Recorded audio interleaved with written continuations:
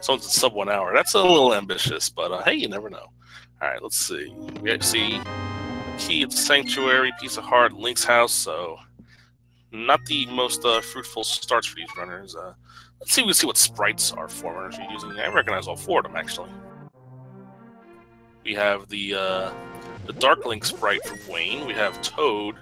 Let's do see a map check. I believe I saw 3 crystals with a special crystal at Easter.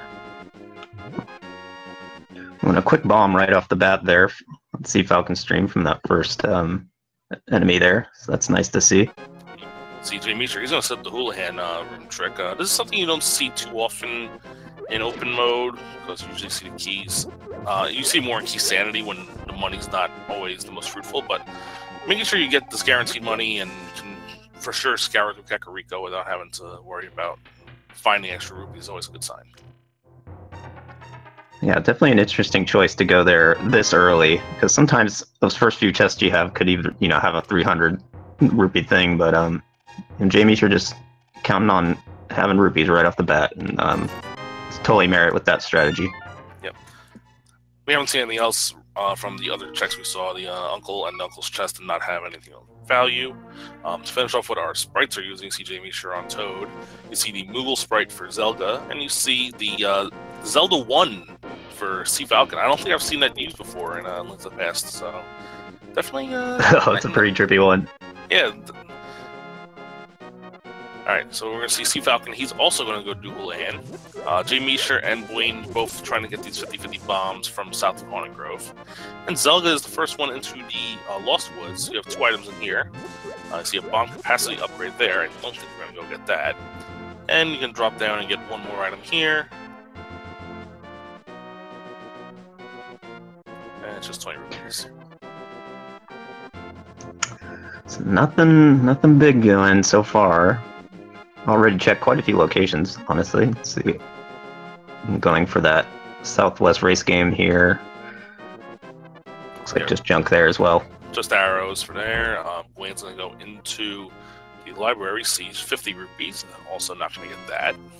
So yeah, we have not seen anything yet. We're 2.5 minutes in. We've opened a lot of chests, and we've seen a lot of locations. And there has been nothing. Yeah, I'm sure Kakariko's loaded. It's what it's looking like. Pretty often it holds value. Just, well, there's the flute right off the bat. There you go. Well, now we can activate the flute while we're here in Kakariko. That's always a good sign. Yeah, hopefully all of our runners remember to activate it before leaving Kakariko. I know I've made that mistake before finding an early flute. Oh, and there's a lantern as well. Yep, lamp in Blind's basement. And this last chest back here will be just 50 rupees. Yeah, earlier today I almost left because the flute was in Blind's hut, and I walked right by the weather vane before activating it. And I remembered before I left Kakariko to go up and get the duck free.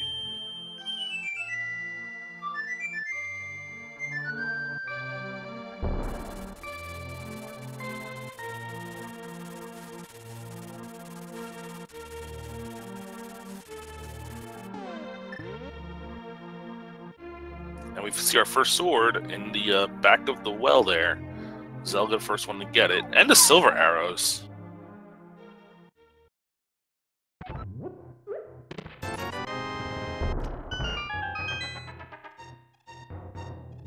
Sea Falcon, he's gonna go through this little cave here. Get guaranteed bomb drops here. And Zelda gets the blue mail off of the bottle merchant. That is 100 rupees well spent, in my opinion. Yeah, absolutely. Not getting ripped off like you usually do from that vendor in the randomizer. Yeah, blue mail, never a required item, but it's always very nice to have, especially early on when you're stuck on 3 hearts.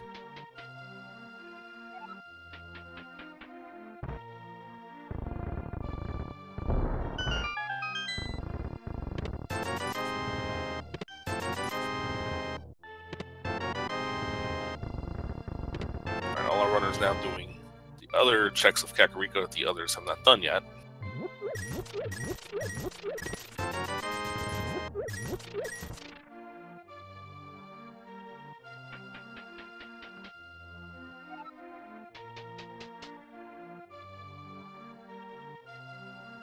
So while we're getting through these items, and you may be wondering if you're new to this, first off, how's that rock been under? Second of all, what this is Link to the Past, as you may remember as a kid, but all the item locations have been randomized. That's why it's called Link to the Past Randomizer.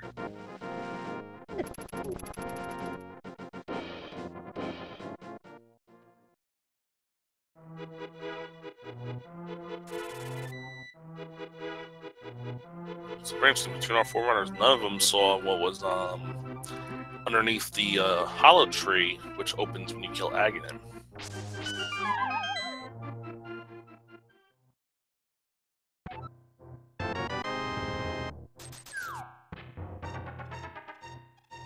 It'll be interesting to see where the runners go next. There's actually a few pretty viable options at this point. Eastern Palace and the Front of Escape are both completely open and easily completable, especially with that lantern. There's lots of things in logic, so sure we'll see some divergence here. I've already got somebody going up the mountain. Yeah, Wayne's gonna go rescue the old man. Eastern, actually, you could go into Eastern and do a lot of it, but you can't kill the boss, so I would probably not do Eastern right away. However, doing this, doing the dam check, doing Death Mountain, both very logical things to do. Escape is the other thing I would consider at this point, but I think I would probably do what Zelga's doing at this moment, which is completing what the normal pathing is. Yeah, kind of a standard route to just take the south swing of the Light World, and there's 300 rupees.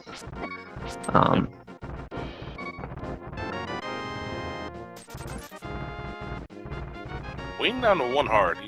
If he takes a death here, or at least he just respawned by that old man again. Yeah, and this is just about the hardest place not to take damage, and yeah, unfortunately he gets hit by one of those random boulders, but not a big deal. Yeah. Got a save point right there.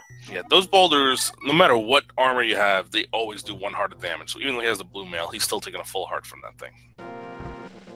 Alright, mini Moldorm Cave. 5 items in here. Zelda's gonna see what we get in here. We see the book. We see our first bottle, has a bee in it. Our power glove. That's pretty useful. Okay, yeah, power glove. Opening up a quick back of escape. Quick 3 items they can get there now. And glove, you know, opening up Desert Palace. So, yeah, lots of options already right off the bat. I didn't see if Wayne went into Spectacle Rock, but I think he's going in here because he can't really check anything else up here anyway. So it doesn't really hurt to go and get it, and it's just an arrow. Just jump.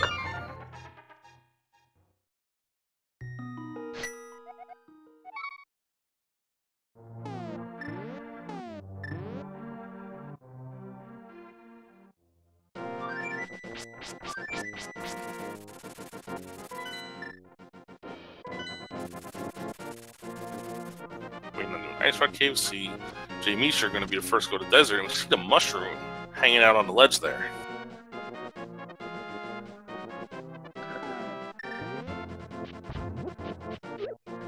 Now, desert is fully completable if we don't need a key off of the torch that is boots locked.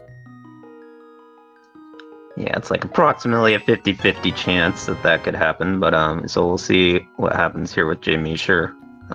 Might have to revisit this later, but there could also still be an item here, even if you can't complete the dungeon fully. Yeah. Technically, it's virtually less than 50-50, though I think the logic actually skews it more towards being a key than not. And there's a small key, so unless the big key's on the torch, we are able to complete this dungeon.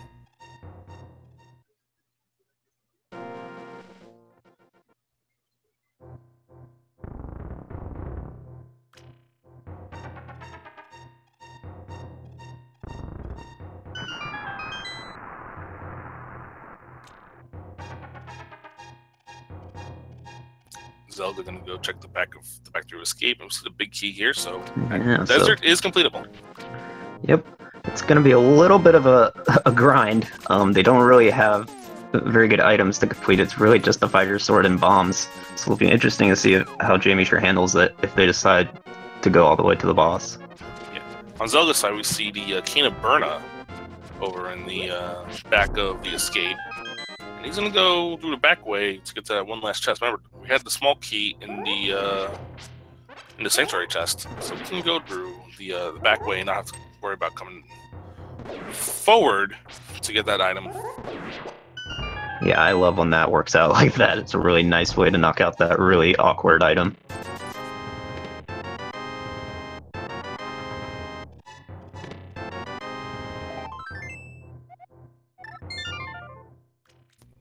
Queen just gets his items from Mini Orb and leaves. Zelga got 20 rupees from that chest in Escape. He leaves. I missed what was on the torch, if there was anything there in Desert. It was the red mail. Oh, wow. Mail upgrade. Well, you're not going to come back just for that, that's for sure. But if these runners put off Desert for a while, they'll grab it if they have the boots when they come here, that's for sure. Oh, absolutely. Like, Jamie sure won't come back just for the red mail. Yeah, so Jamie is going to the back, so excited to see how they handle this fight. I think the use of bombs is probably in their future, but we'll see. Yeah, we might see the 10-year-old way of doing it. Just take your plastic sword and just slash away and hope for the best. Yeah. That's how I killed him when I was 10 years old, so... See, 2 are runners now at the Sahashala check. We see Piece of Heart, our first shield, and the Moon Pearl. There's the Moon Pearl. Okay.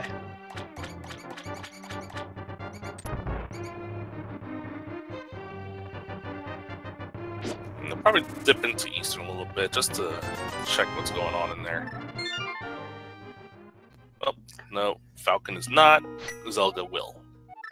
Yeah, I think Zelda's making the good play here in the end, because I don't think we have any other locations we haven't checked other than Agnes Cave, I believe. So, well, and Zora, I guess, is in Logic too. Yeah, Zora's in a Logic. Because we have the Moon Pearl now, we can actually Logic break into the Waterfall Fairy Cave.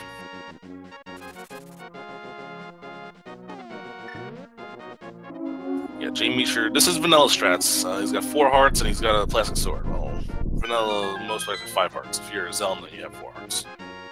Yeah, it's definitely not a trivial fight. Those dust particles, they do quite a bit of damage, and you know, it's pretty easy to get hit by them if you're not paying attention. So Jamie Meisher handling this well so far.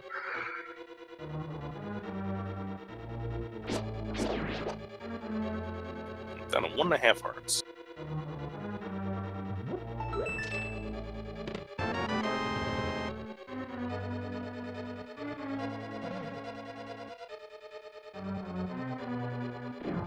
Then just 1 land roll left. Again, this fight, when you don't have the quick kill weapons, it can be a little bit of a hassle.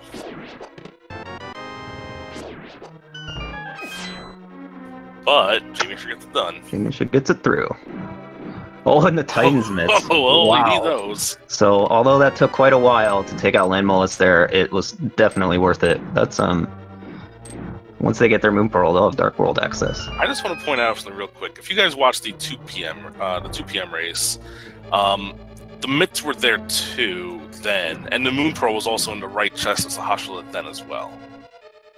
I'm not declaring shenanigans, but shenanigans. Some fishy stuff going on in the randomizer. Yeah, well, in the race today, the Kakariko is actually loaded, so it's definitely not the same seat. We know that, but you know, these things happen. So we're seeing our first Agana Cave check here, on Jamie Meisher's screen. Just $50. Yeah, Meisher has to go once he gets over to Sahashala's hut, gets that Moon Pearl. He will have Dark World access for the pretty much the entire world. I think he's missing out on right side for now. Yeah, gonna need the flippers of the hammer to get to that right side, or an Aghanim finish, which is potentially possible, but unlikely. Yeah, it's very unlikely. But I have seen it before, and you can logic break your way over there. But I think you need a fairy in a bottle. It's really complicated. Yeah, you do that long water walk glitch. If I tried it, I would still be faster.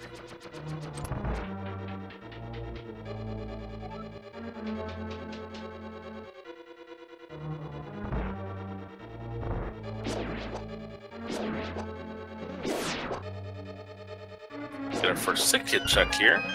Catching that bottle just for arrow upgrade.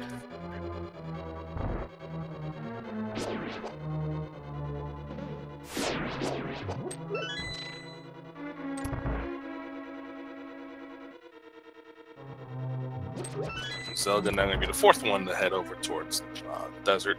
Sea Falcon, actually, funnily enough, will be the first one to have the Dark World access. He's going to be the first one with both Moon Pearl and Titan's Mitts.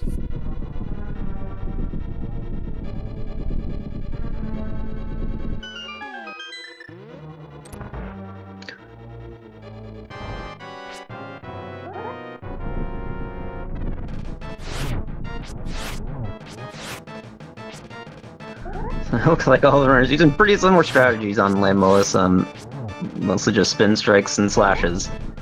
Yep. Could use bombs here, but on Blaine's side, Blaine pulling out the Cane of Burna here. That's an interesting way to get some damage. Yeah, the Cane of Burna will do the same amount of damage as a fighter sword, so definitely not the worst strategy. Okay, cool. And I was wrong. Jay Misha's actually the first one. Yeah, that long Landmolus fight.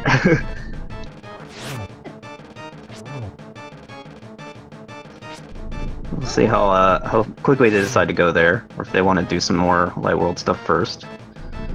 I was gonna fake flipper first. Here, yeah, I'm gonna probably sequence break here to a few chests and then do their Zora check, which is in sequence. Yeah. Not a bad time to get that out of the way. Wayne gets his Landmolus fight done, gets his Titan's Mitts, and Sea Falcon has one to go. And gets it done. And this fake flipper glitch that Jamie Sure is setting up is a little bit tricky. It's pixel perfect on an X coordinate in which you have to be 1 pixel away from the transition. And once you fall in the water, when you're 1 pixel away, you'll go into this flipper state without the flippers. But it can be really risky because if you take damage while you're in this glitched flipper state, the randomizer is designed so it's a 1-hit KO, which would be a pretty significant time loss if you were to go straight back and try that again. Yeah, interesting enough, there is 2 fast setups to do your fake flipper glitch. One is to line yourself up with the bush on the left side. The other is to use a bomb to get yourself as far left as possible without hitting the screen transition. Now this little trick to reverse fake flipper, it's also pixel perfect, but once you line it up, it's pretty trivial. Yeah, that one's a little scary because if you're a little bit too far over, you can actually soft lock the game. So that one always makes me a little nervous. But Jamie's handling it nicely. Yeah, I've seen that happen. Not to me, but I've seen it happen. Yeah, you can actually, if you do accidentally go too far, you can pause really quick and then save and quit instead of soft locking. But yeah, hopefully that doesn't happen to any of the runners. See Falcon again. Instead of going to Dark World, we're gonna do other checks first. We're gonna see. Oh no, Jamie sure. Oh, that was close. Clutch charge. Yeah, you're still in fake flipper state. If you got hit with that Zora fireball, you were done.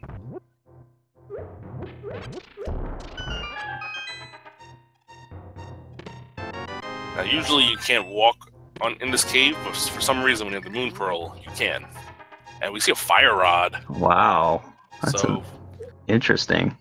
That's a logic break. Now we know that the logic wanted you to have the flippers in order to get the fire rod. And you see on Zelga's side, he turned the mushroom in, saw it was a heart container, and reset. He's going to save that mushroom in case he needs it for a fake powder glitch later on. Yeah, interesting strategy there. Fake powder really only 1 location, but it can make such a huge difference if you just happen to get that crazy sequence break luck. So trust me when I say Zelga knows about that. I don't know if you guys remember the Key Sanity tournament. We had 7 players at the XO rank, and all the racers with 1 loss went to a race-off. And Zelga won that race-off by a large margin because of that fake powder glitch. One of the required BKs was there, and he was able to use that to win the match by a lot. Wow. And that's the kind of run that will make you fake powder forever after that. Ooh. A very interesting pendant lineup here. We have the green pendant at Mire, the other 2 pendants at Turtle Rock and Thieves Town. So this is one of the rare scenarios where actually the Cane of Samaria may not be required. That could be interesting, and it's always weird with the Cane of Samaria because half of Ganon's tower is blocked without it. So we interesting to see how far along that cane is, or if we see it at all. It could be hiding if it blocks what I think 5 locations in Ganon's tower out of the 22 that the big key could be in. Oh, it's only I guess it is only 5. You're right. So it's not too many. So even if so we'll see. Jamie sure has a fire rod, so he's going to go take care of Skull Woods. It is fully completable. We have what we need. Yeah, but it is not in sequence if he goes all the way to the end. So yeah, he knows have to keep that in mind if he finds more progression there. Yeah, that it continues to be behind the flippers. So Zelda, I completely missed out. He's doing escape right now. Blaine taking a 480 rupee net loss there at the Zora. Actually, 500. He saved the Quint instead of bothering taking the 20. Yeah, so he just lost all 500.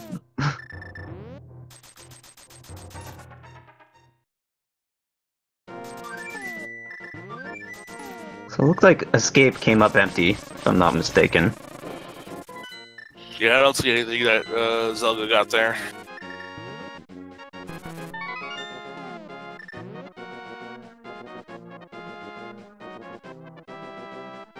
Now, Zelda did not kill Lanmola. Oh. And I understand where they're coming from there. You know, that is such a long and annoying fight with what they have, and later, when you come back, you'll most likely have something that will make that fight trivial and extremely fast. So it's a little bit of a gamble because he knows there's one item there, but it's an understandable gamble, in that it could save a lot of time if there was nothing there. Yeah, he wanted to make sure it's a fast fight, but little does he know, he's more than likely to kill him eventually, because that Titan Smith is probably the only progression that locks the rest of the seed up for you.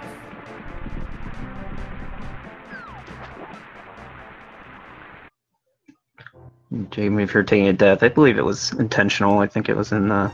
Yeah, that was big. And see where they go. Okay, it looks like Jamie sure is going to the back, so gonna sequence break to this back. Still a little under-equipped. It's gonna be actually pretty tough to fight them off with what they have, but we'll see how they handle it.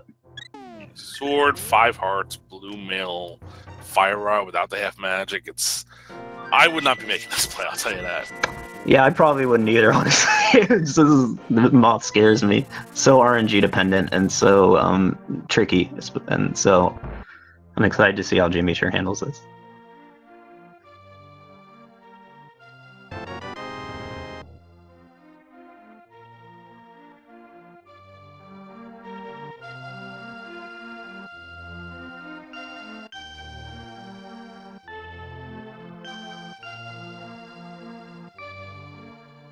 See what the next play is. Zelda's running out of options. We know that. We know it's going to land Mola. Yeah. Thankfully, the logic won't take Zelda too far before they have to just go back to desert. So there's that portion, but it is a little unfortunate. The slight upside for this is he will have Fire Rod, so he can use the Fire Rod on Landmola and get the quick kill that way. Oh, that's true. So he will have a quicker fight. He just has to take the long walk back. G-Meter's now in the Moth fight, down to 3 hearts, out of magic. This is going to be a little rough. Yeah, just going to have to take their time, get some spins in. We'll see. Going decently so far. Dodging spikes. So Falcon does not have the Fire Rod, so he's done progressing his dungeon, and as will Wayne as well. Oh, Jamie should have 2 hearts. Still hanging in there, though. Yeah, he's being very careful about this. No, that hit definitely connected. Yeah, but he has to be so careful. For you, those of you that aren't new, if you hit Mothula into the spikes, it actually cancels out the damage that you did. Wow, Jamie sure does it. That was well done, honestly. It was not an easy fight. Unfortunately, it only gets $20 for it, but they will get the required crystal. So that's time well spent, and yeah, well done by Jamie sure conquering that tough fight. Looks like Blaine might be heading there as well. Kind of checking this other item first.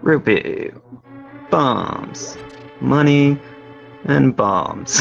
Like I said, it's going to be a terrible hype cave. Nothing's going to be in there at all. 1 out of 10. Why, 6 bombs is worth 1? That's generous. I mean, it's not 0. Like, what if you were out of bombs? You know, what if you... It could have been helpful. It's a 1. Well, what if I was made for you and you were... Alright, no, I'm going to stop singing. That one's a little more abstract. I'm not really going to get that one. Okay, Sea Falcon taking the Breadsmith back here. Let's see how many items come up. Looks like Jamie Sure also doing the Joy of the World tour, as you call it. With the flute, it really is a good play, because it really does not take long to get back here. And all that just for a bomb capacity upgrade. Yeah. Take you around 2 whole worlds, and you give me a bag of bombs. That can fit more butt bombs. An empty bag, no less. Yeah. Don't you miss version 18 when you got 1 bomb with those? Oh yeah, I forgot about that. So Wayne is actually going to continue through Thieves Town. I missed out on seeing this, but he's going to kill blind. Oh wow. So yeah, this is kind of a gamble now, because yeah, we not required and may be locked out of 1 chest, so we'll see. But we're kind of running out of locations here, and we don't have much left to go that you viewers haven't seen yet. Yeah, I think Wayne's checking if Thieves Town is the only thing we haven't seen yet.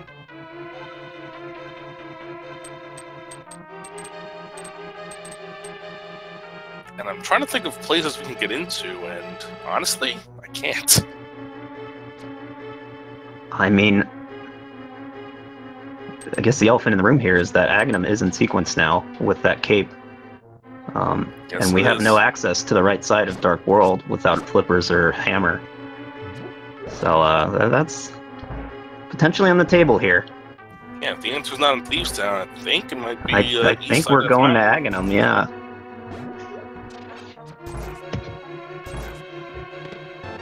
And Master Sword, yeah, just kind of further pushes that narrative.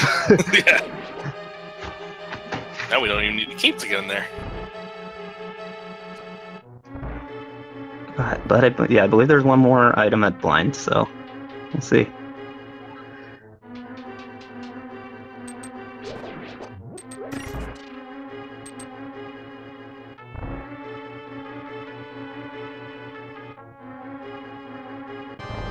And blind's a completely scripted fight if you execute it correctly. Blaine, being a seasoned writer that he is, I'm sure will stick straight to that script. So far, so good. By the way, that was a new blind quote, and yeah, sausage is the worst. Boo. I guess it's a good time to promote the new German restream of speed gaming and German. Oh, there's the Cane of Samaria. Wait a minute, hold nothing, on. Right? So Cane of Samaria is an pendant dungeon, and all it does is open up more pendant dungeons. Yeah, I mean, I don't think they can get anywhere, too. They don't have any medallions, so... yeah, that opens nothing up. I think we're at Aghanim at this point, right?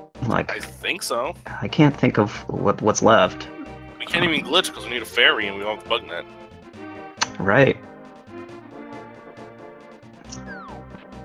Actually, no. We have access to the purple chest. Ah, you're totally correct.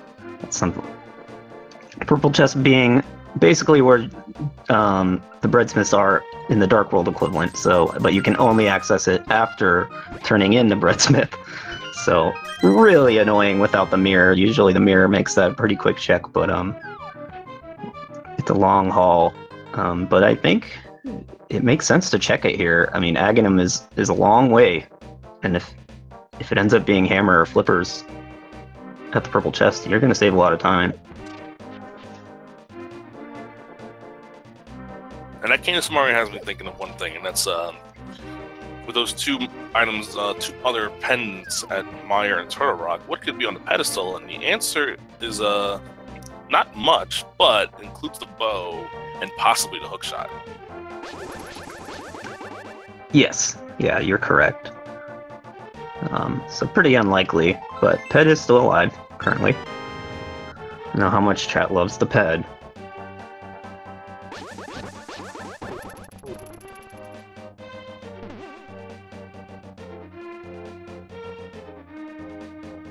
It's gonna be interesting once all these runners converge, and look what Sea Falcon's doing. He Yeah, is gonna. Sea Falcon is making that play. So, yeah, we'll see. Like we said, it's really only that purple chest that we haven't seen. And Sea Falcon did not even go into Thieves Town to finish it. Yeah, that's true. Kind of a risky play, but I think it's gonna pay off here. I mean, it's definitely the most likely scenario at this point.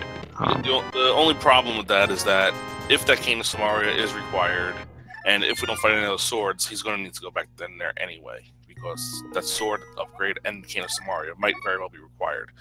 Samaria, Yeah, again, definitely. It's a lot less likely with the pendant layouts, but if something like Bo is in Turtle Rock or on the pedestal, we'll need that Cane of Samaria. Yeah, and I mean, Turtle Rock with having 6 items, like, it's never super unlikely for something to be there, even if it is a pedestal, or I mean a pendant dungeon.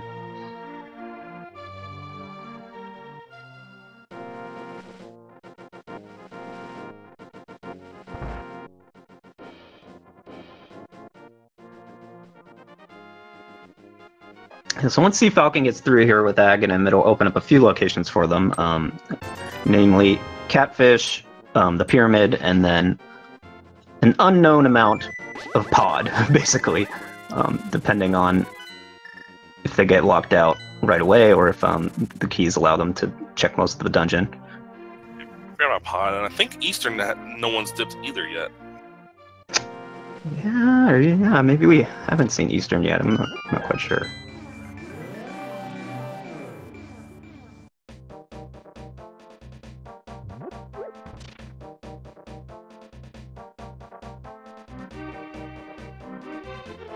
Oh, Zelga went into Eastern Palace, okay.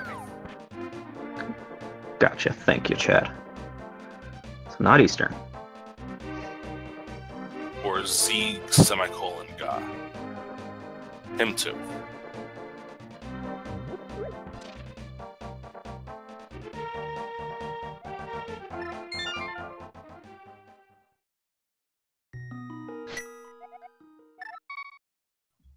So this trek through Aghanim is it's very similar to the NMG speedrun. You have a master's sword and just no bow to help you through some of the rooms, but Master Sword will get you through everything pretty quickly.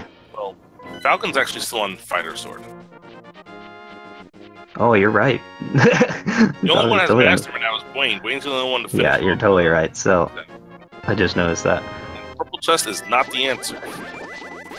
Wow. So yeah, it's that east side of Dark World. So Sea Falcon having a nice little advantage in the sense that they will get a progression item here, but potentially a disadvantage with not having that Cane of Samaria. Well, oh yeah, because I was about to say Ether Tablet, but we still don't have access to Ether Tablet. We still need the mirror for that, or a combination of Hookshot and Hammer. By then, we'll have a lot of items. So. Yeah, quite an interesting seed, honestly. This is it's pretty weird how these items are spread apart. Alright, we're playing the blue ball game now on Sea Falcon's side.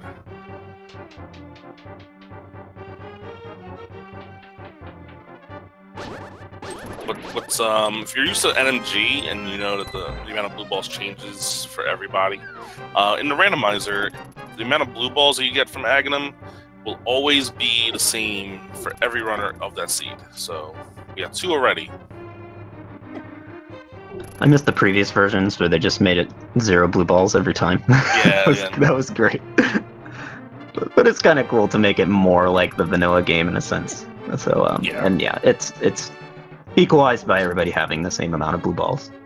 Yeah, that makes it fair for everybody. Even though in NMG it's not fair for everybody if you're racing it.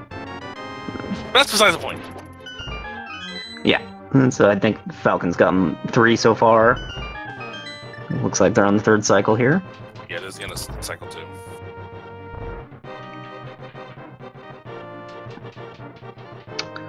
So I think Blaine at this point is going to probably take a Death Warp here and then go straight to Aghanim. I think he's checked everything else because he did all of Thieves Town and yeah, everything.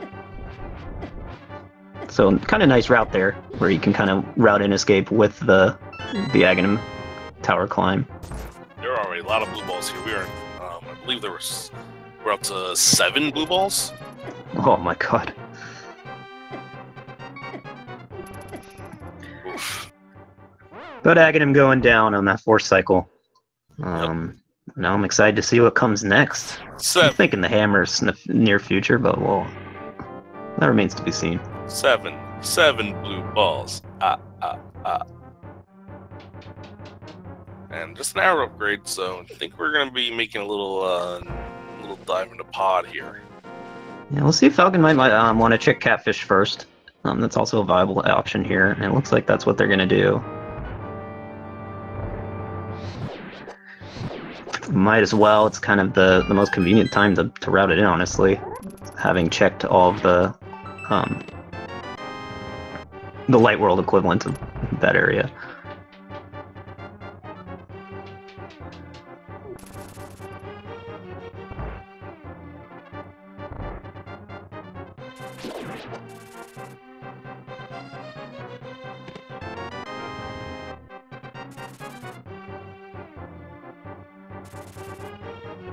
Yeah, nothing but junk on the pyramid, just a narrow upgrade. Without asking in chat.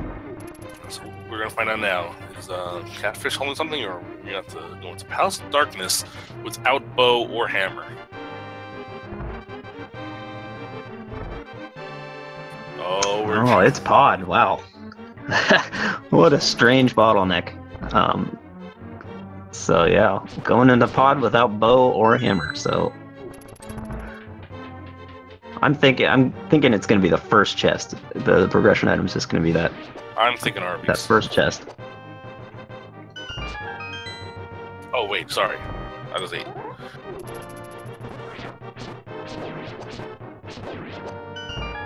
Yeah, the first chest is either going to be a small key or some sort of progression. That's pretty much guaranteed at this point.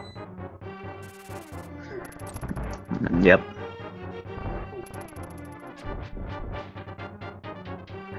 It looks like Sea Falcon, I think, is the only one who's left items before this. I believe the other 3 runners have just completed every item they could and just got bottlenecked into doing Aghanim. Not quite. Wayne's the only one who I think has literally checked every location. Oh, you're right, because Zoga didn't do the Back of Thieves. Yeah, nobody has the cane but Blaine. Interesting.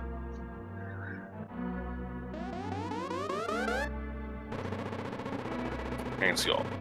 1 runner finished Agam, 1 runner going to Aga, 1 runner in the middle of Aga, and 1 runner killing Aga. Oh, and getting hit by that. That was some trolley RNG right there. I feel like we've all been there. So it's going to cost an extra 10 rupees for Sea Falcon, but with 1450, that's not a big deal. He might have a few to spare. Yeah, I think he'll be all right.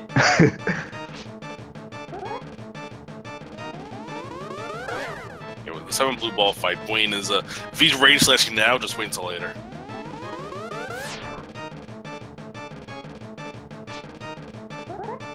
Alright, chat, we're going to see here. We're going to see a small key, or we're going to see some form of progression, whether it could be the bow, it could be the hook shot, it could be the hammer, it could be the boots. Alright. Drum roll, please. And it's a key, so we're going more pod. Yep. This unlocks another, 8 chests now? There's 5 items, 6 keys is 11, and the 2 items is 13, 12, minus a 3 is 9, minus the 1 is 8. Yeah, so there's 8 more items left, I believe. Wow. 8 or 9. That is too much math for me.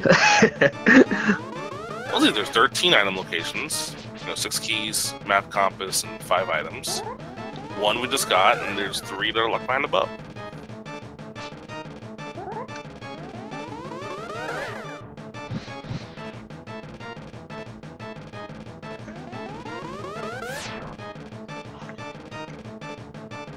Another thing Sea Falcon didn't do was get the fire rod yet. He's the only one that's not. He is the only one who has not logic broken yet. Yeah, and honestly, it didn't lead to anything. So by the time he does go back to Skullwoods, he might have boots or a tempered sword or something that'll speed up that whole process. So that might end up being an advantage for Sea Falcon in the end. Yeah. Just because you find an item like Fire Rod early doesn't necessarily give you an advantage. God, not having anything yet. Nothing in pod yet. This is gonna be the last thing. Jamie's sure taking care of Aghanim. That's so funny. You have a Trolley Aghanim seed like this, and then he also does 7 blue balls just to rub it in. Oh, yeah.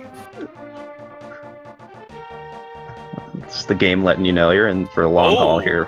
Falcon doing a little potion glitch here. He had a blue handy. So the way this potion glitch works, if you use a potion in that room, well, look what happens in this room. You just get that red mimic to the other side of the screen. I get all the mimics to the other side of the screen. And the door opens. It's basically a Jedi mind trick, where you tell the game, there are no enemies in here, and then it opens the door. It's pretty cool. And this is a sequence break by Sea Falcon. He's taking potential damage here, because he is going to Death Warp, unless of course he has a mirror here or something. Oh, the big key, that's a good find. Yeah, that's nice. That'll be really, it'll help efficiently just route this back of pod. Yeah. It can be really annoying if you have to go all the way back to that big key location. So a pretty solid sequence break here from Sea Falcon. Yeah, it doesn't have to one extra item, but the peace of mind is going to pay off dividends. And if you do find something in that big chest, which I'm going to assume it's not going to be anything too relevant, I'm going to guess.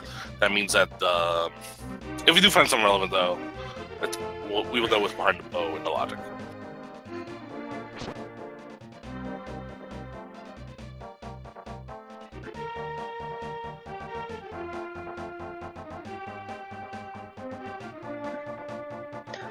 I wonder if we'll see a hammer yump here with, well, with one key. It's, yeah, a viable option, but no, not going to do it. Just going to go to this right side. Progression's got to come soon. And that's not it. Nope. Wow.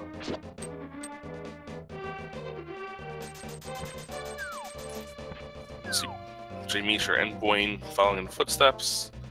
Still nothing. Oh my gosh. Dark maze. Or harmless hellway.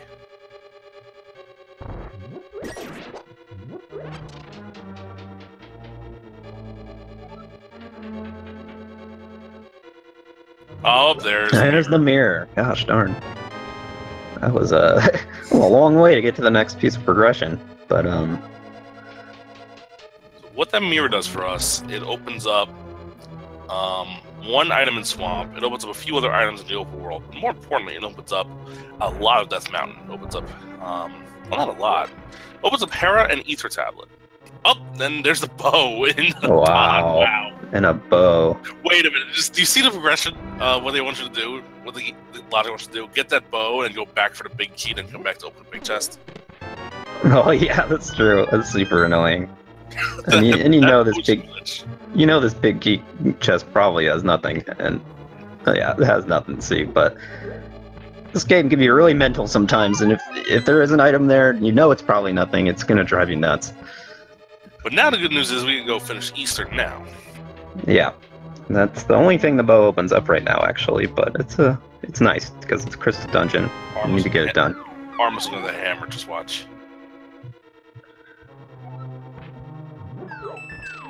Yeah, that's often how these kinds of seeds go, where they bottleneck you into something. It takes forever, and then once you get there, it kind of just explodes. I've seen that happen quite a few times. So we'll see if this seed ends up being kind of like that.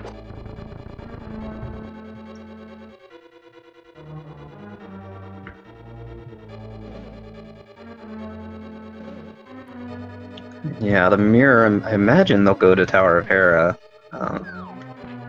but honestly, it's not it's not a bad idea just to get those overworld chests too, because it's only 2 items up the Tower of Hera. You can see Boyne did not get the big key just yet, so he's gonna get this bow and then just be like, really?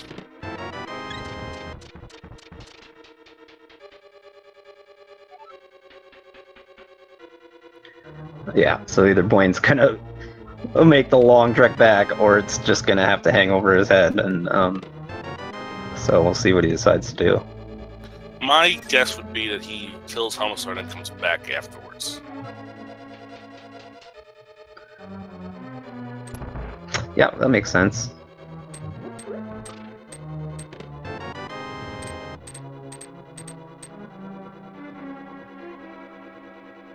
Oh wait, you can't kill Homicide. He needs the hammer. He's gonna come back afterwards anyway.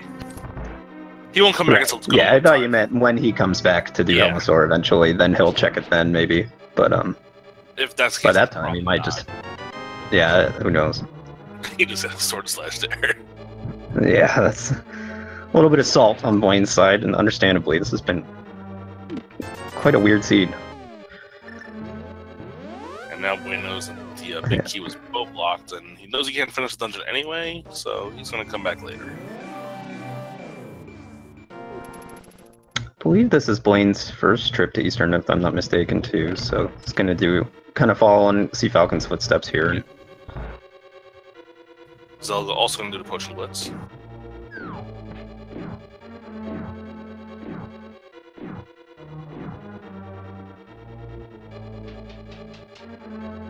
I believe Zelda was the only one to go into Eastern at all.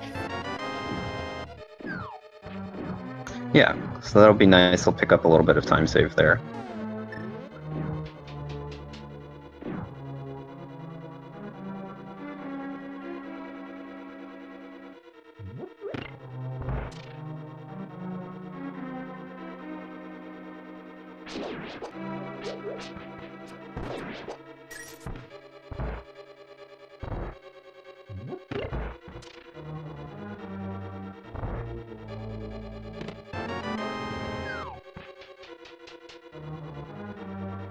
We know Armos will have an item. Though that mirror really screams out Death Mountain and Hera to me. But if we do find a hammer, that opens up pretty much all of Death Mountain for us.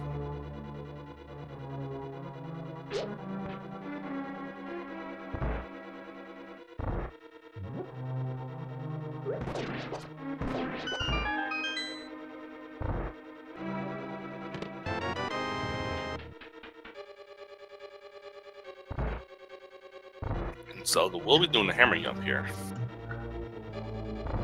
Yep. Nice routing choice there with that big key. Kind of, you can just knock out this left side a little bit more efficiently, and then work your way over to the right. Too. Oh, the hammer is on Armos! I called it! Oh I can't believe it. So, there's the hammer. Commentator's blessing right here.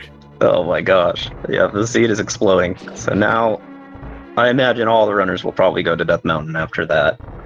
Just so many items up there now that are in sequence. Well, I figure we're gonna knock out Helmasaur right here. Oh yeah, the Helmasaurs. Forgot about that. Knocking out both Helmasaur and Armos does open up also the Pyramid Fairy. Yeah, that's true. We've got both 5 and 6. They were Pod and East.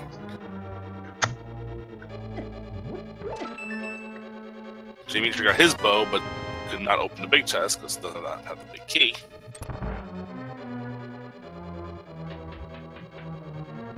But he can't complete the dungeon anyway until he goes kills Armos. At least they were nice enough to give you the mirror while you're here as well. Yeah, this is the dungeon where the mirror is like the biggest times. The fact that you had to go into Pod to get the bow, and then mirror out to go to Eastern to get the hammer, and then you can go back into the Pod to finish it off. That makes the double dipping dungeons a lot less painful. Yeah, when it's like, you're just going back and forth between the 2 dungeons twice, basically. It's not so bad when you're.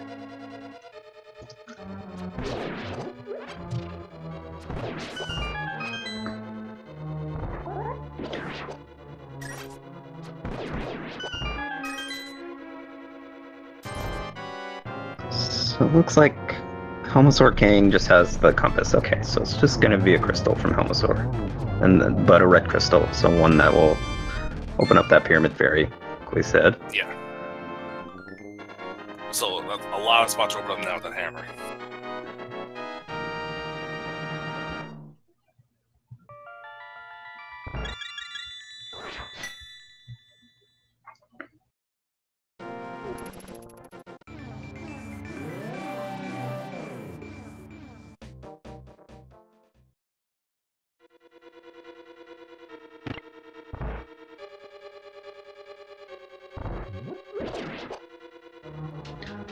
So Blaine making his way back through, so it'll be interesting to see if he decides to go back to that big key chest after Helmosaur, or if he just decides to just leave it because it's really out of the way.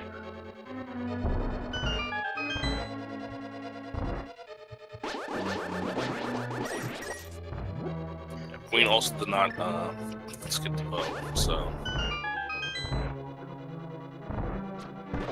Oh no, Jamie should save and quit. He didn't go get the hammer.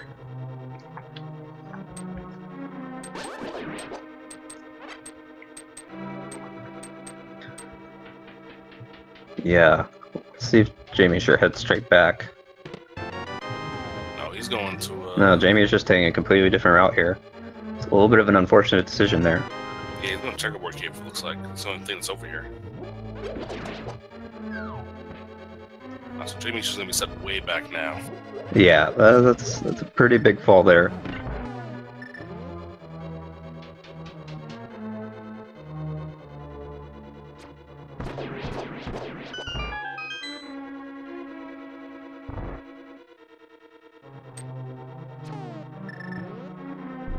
Alright, let's see what's next on Falcon's agenda here. He now has everything here, and looks like it's going to be probably Dark World Exploration. Yeah, Pyramid Fairy maybe, or yeah, I guess since Sea Falcon doesn't have the Master Sword, he can't actually get the item from the Bombos tablet, but can check what it is. And then also has that one ledge just north of there that they can check. It looks like they're going to the Pyramid Fairy. Yeah. Makes sense. It's definitely something you have to consider, because like the seed is leading you in a certain direction. And, you know, bow and hammer being basically flip-flopped vanilla is definitely something that leads you to believe that maybe Pyramid Fairy will have something. And sometimes you just get baited. But we'll see. I'll see Falcon taking a nice route here, so you can, what you can do is if you've done Aghanim, then you can actually just mirror, and then take the portal right in front of the tower back to the Dark World. It saves a lot of time over having to hit through those pegs on the Dark World. Yeah, this is so good heads-up play. The vanilla route for new NMG runners like myself. This is the route I take, so I can guarantee myself the Butter Sword and Silver Arrows in the regular game.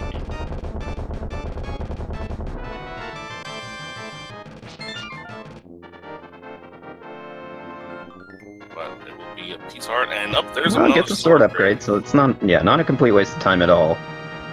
Wait a minute, sword upgrade and Pyramid Fairy. Who randomized this? This is looking a little vanilla to me. If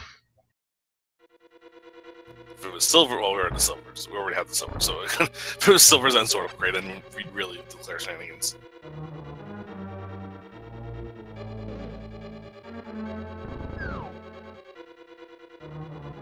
So Jamie's sure doing Tower of Hera first, but without the hammer, so not going to be able to check that east side. But we'll get whatever's in here first, so we'll see what it ends up being. Ether. Maybe.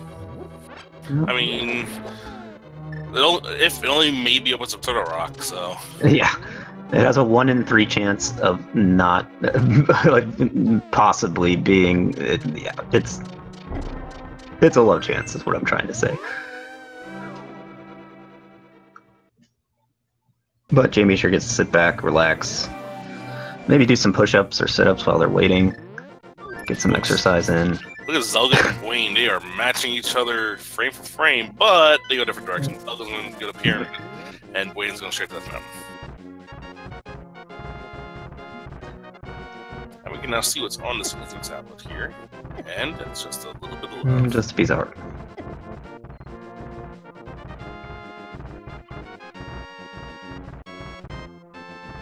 Oh, it's blocked. Bedrock, rude. Oh, I thought for a second there, I thought Sea Falcon was just gonna go all the way to the right side just because they got rocked. Junior gets his vanilla big key from Hera, and Falcon gonna head in there as well.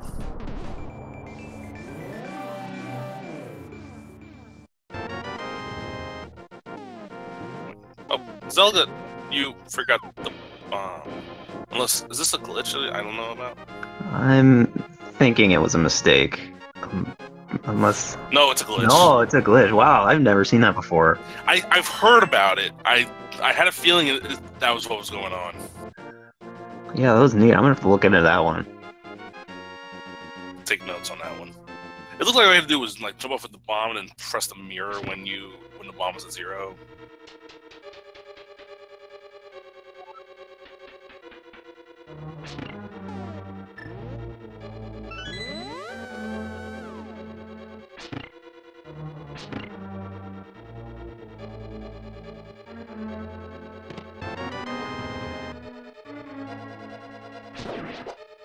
Looks like that Moldorm has our last item here in Hera. Yep. Being another crystal dungeon, no brainer to go fight him, even though he is an annoying worm. Kind of 2 good options here that are both about equally as viable to fight Moldorm. You can use the Master Sword and charge spins, takes 3 spins to take him out, and then you could use the hammer, do 3 spins, I mean 3 hammer shots. Looks like Jamie's actually going just for regular sword slashes. It works too. Sometimes charging your sword can be a little bit sketchy, and you could get knocked off. Especially Jamie is still on level 1 sword here. Oh gosh, I keep getting that wrong. You're totally right. Jamie sure does not have a sword upgrade yet, so this is the correct thing to be doing, and they also don't have hammer. Yeah. So this is as fast as they could do it. Yeah. Everyone else has the hammer and at least Master Sword. And just a Pizza Heart. Yep. So, I think Jamie has to go back and get that hammer now. Yeah, I think Jamie has a few overworld locations they could check first if they desire, but yeah, I think at this point they're definitely thinking about Eastern Palace. Nope, we're gonna do more. I'm just gonna check out those overworld chests.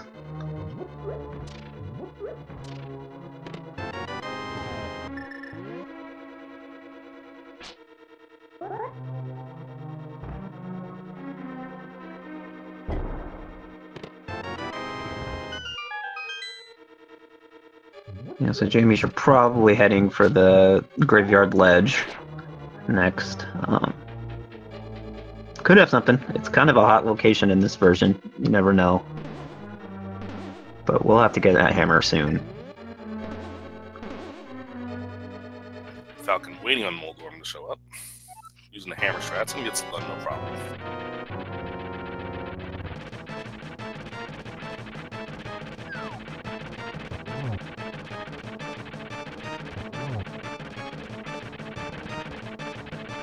Yeah, so Blaine and Sea Falcon pretty darn close in what they've done already. You know, Blaine having that Cane of Samaria advantage, but we still don't even know if it's actually required. So it may not be an advantage at all. We'll just have to see. And Sea Falcon's going to be the first one to head over to East Death Mountain here. Check a whole bunch of chests. Hong gets dead rocked. Again, dead rocked. Dead rocks are not on Sea Falcon's side today. Can we just remove him from the code already? We've done everything else. We can't touch the game, it's sacred. Even the terrible, terrible dead rocks. Vanilla Pizza Heart sitting on floating islands, so we're not going to have to come back for that. Well, we can get it now, but we just, don't want to.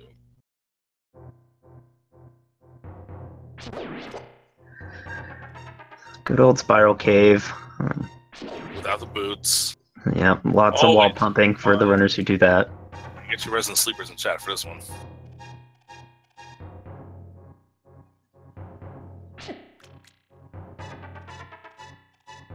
What a lot of runners will do in a cave like this, if they don't have boots, is they'll do a technique called wall pumping, where they mash into the wall as fast as they can to get a little bit of increased movement, and it only works if you're going left or up. So it actually only works for half of that cave, but it could save a good amount of time over the whole course of the run.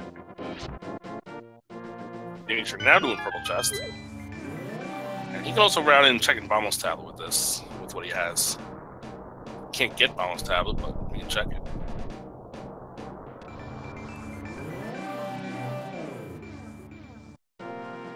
Sea Falcon and Blaine synced. Synced, sunk. Yep. Someone called Justin Timberlake because they're in sync. And we get the flippers. Wow, there's the flippers. Okay. So Fire Rod back in sequence. Yep. And Falcon will get them that opens up some stuff for sure. Now you're thinking about Ice Palace. Oh, there's Bombos.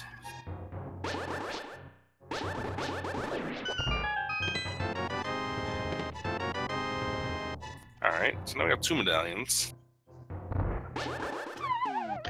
Alright, Jamie, you're heading on the right track here now. Good to see. Yeah, he's gonna be a little upset when he finds the hammer on. Yeah, it just happens in rando sometimes. You just take a little gamble and make a mistake, or it just doesn't pay off. Look at this sync on Falcon and Boyne's sides. They're just... I know, they've been sync for a while. This is cool. Bombos is needed for Turtle Rock, although again, Turtle Rock is a pendant. And Blaine has the option to go check it out if he wants. Have the option to check it out if he wants. You're right. Well, Sea Falcon does not. So and neither does Zelda. I always like to say, yeah, Turtle Rock is kind of a make or break dungeon a lot of the time because it's so long and has so many items. Like sometimes little splits like this of like one person going there and one person not make such a huge difference. And the fact that we can't defeat it yet, we don't have the Ice Rod, makes it a little less likely that you would check it out.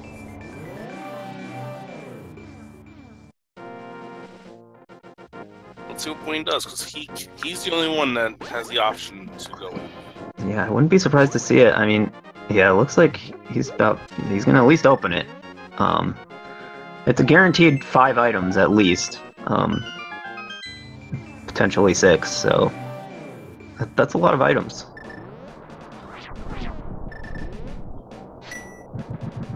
Falcon looks like he's gonna do Spike Cave.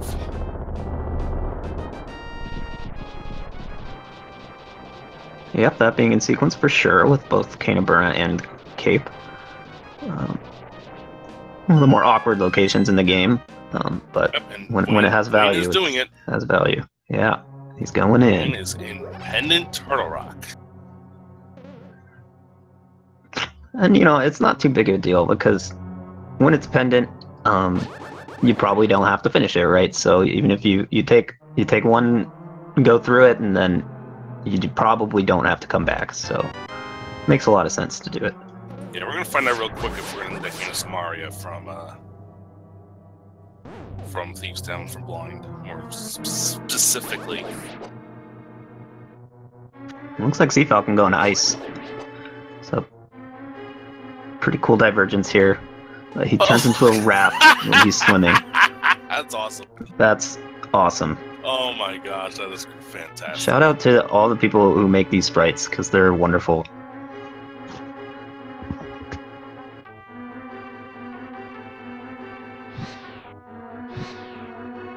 Shout out to Zelda 1 too. I guess I could throw a little plug in that the Zelda 1 randomizer, their tournament will be starting in a little less than a month. Sign-ups close in 3 weeks. So if you're ever interested in playing Zelda 1 randomizer, you can go check that out. I will be playing in the tournament. I will not be doing well, but I will be playing. Come on. I made brackets last tournament on a technicality. Anywho, back to our task at hand. Looks like Sea Falcon is now went to Hobo and is now leaving and going to do the rest of the checks. Meanwhile, Zelda is going to be the first one into Ice Palace. Oh yeah, totally missed that. So yeah, we'll see which one of these plays. This is kind of a big split right now, honestly, and so we'll see which one holds the value. So here's the interesting thing on Zelda's side. So we do not have the Cane of Samaria. We know where it is. He will still have to do the bomb jump if he wants to complete the dungeon the fast way, but because he's going to 100% this dungeon regardless, he's going to have to take some awkward routing here. Yeah, with no hook shot, things can get a little weird here. Yeah, no cane, so might have to do some extra bomb jumps. We'll see how they decide to go about it. It's kind of depending on where the keys end up. There's a few different ways you can do it.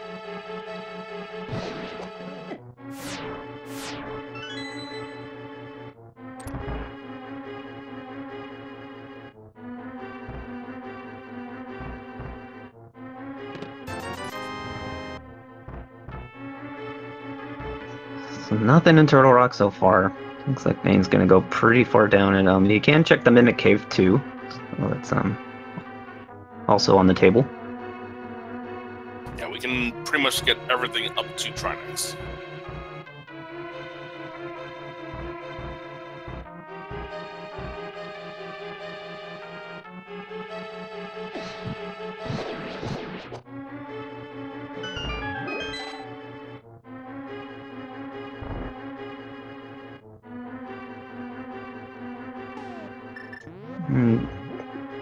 Zelda isn't doing the infamous Ice Palace bomb jump.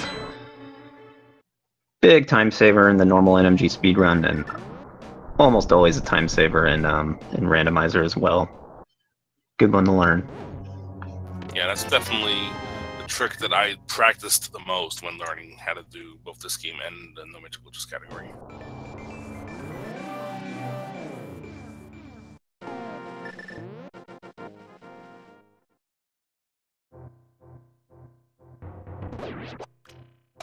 Everyone's favorite Mimic Cave. I haven't seen anything in Mimic Cave in like a million seats, so we'll see. How about a Tempered Sword? That's not nothing. Give it that. That's a nice find. So that means 2 swords were in pendant dungeons, and the third the third one's in Pyramid Fairy. Yeah, those are some awkward. So you gotta take some sort of awkward play to get the at least one sword upgrade that you need to beat the game. Yeah.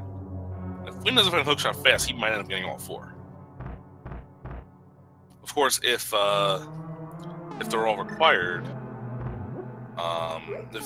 if Cane of Samaria is required and if hookshot's say on Laser Bridge, those swords will be found anyway.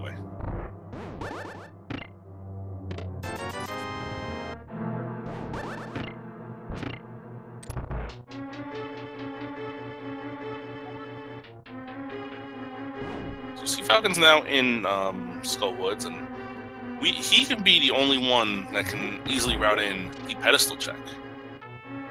That's true, and I imagine there will. He might know for sure now if Pet is dead or still alive. I think only the hookshot is still possible. So technically, the very slim chance of those boots can still be on there. Yeah, that's true. One of those 2 items, but that is... Yeah, I think hookshot though is the dream that everybody's hoping for. Yeah, we'll see if it's a boing boing or but probably just couch cash. Alright, Laser Bridge. Let's see if this Turtle Rock play paid off or not. So far, other than Tempered Sword, it has not paid off. And that red shield... Blaine's heart's racing right now. He's making kind of a gamble here. We'll see. This has got to be a small key, though. Oh, you're right. No, it's over. So yeah, this is a... It was a bust, other than that Tempered Sword. Turtle Rock had nothing, so that's a huge time sink.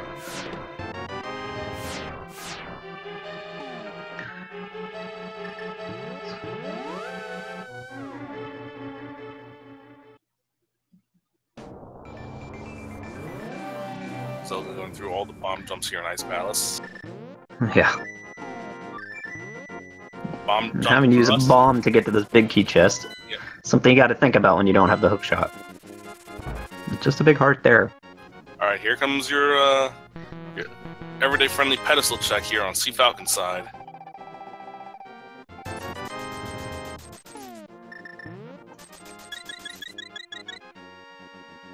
And you were right, it was Couch Cash. Yeah. Not a very Stop impressive playing guess. the odds. So, see, when I guessed Hammer on Armos, that was not playing the odds. You played the odds and saying Couch Cash was on Yeah, there. no, I don't deserve anything for that for sure.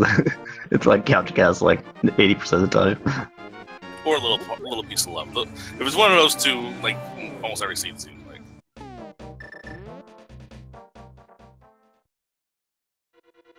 Now we have 3 runners in Ice Palace. We still haven't found anything yet. The one Zelda takes care of Cold Stare. I'm not sure if Zelda bomb jumped to the right side. Oh yeah, he definitely did. He did. Found junk, I believe. Well, we haven't found hookshot, so obviously it's junk. That's all we're looking for. Yeah.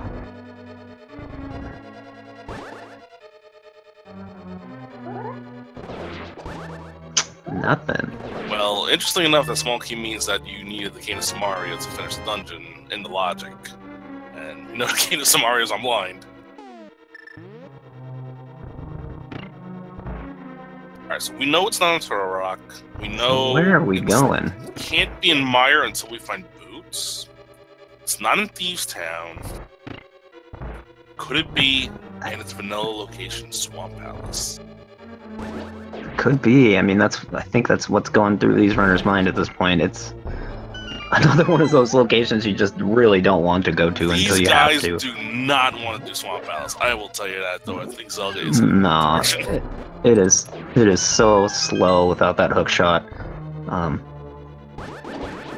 And yeah, and if it's not there, then you're forcing a double tip, so that just stinks. But it looks like Zelgadisson might be heading there.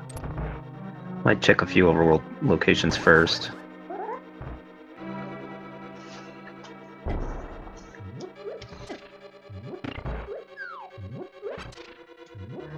So this seed's super bottlenecking our runners. This is kind of what we consider a linear seed, and meaning it gives you these ridiculously stupid decisions to like that you'd have to make to actually progress quickly. And you know, yeah, I'm thinking it looks like it's swamp at this point. Falcon's gonna check one thing we haven't seen yet, and that's the hammer pegs. Ah, hammer pegs. Yeah, that could be it. Have we seen the Bombos tablet yet? I can't remember. No, we have not seen that yet either. Okay, so that's in. That's in. Everything else in the overworld is also still available to us. Can't be too much left. I don't think we've seen Magic Bat either yet. No, and then we know that is in sequence. Yeah, so there's a few locations here, and that I think Sea Falcon's probably going to check that right now. Or no, Sea Falcon doesn't have the powder, unless they nope, can't fake powder. Oh yeah, he does have the powder. Does have powder. Falcon does have powder. I forgot where it was. Oh, it was in Skullwoods.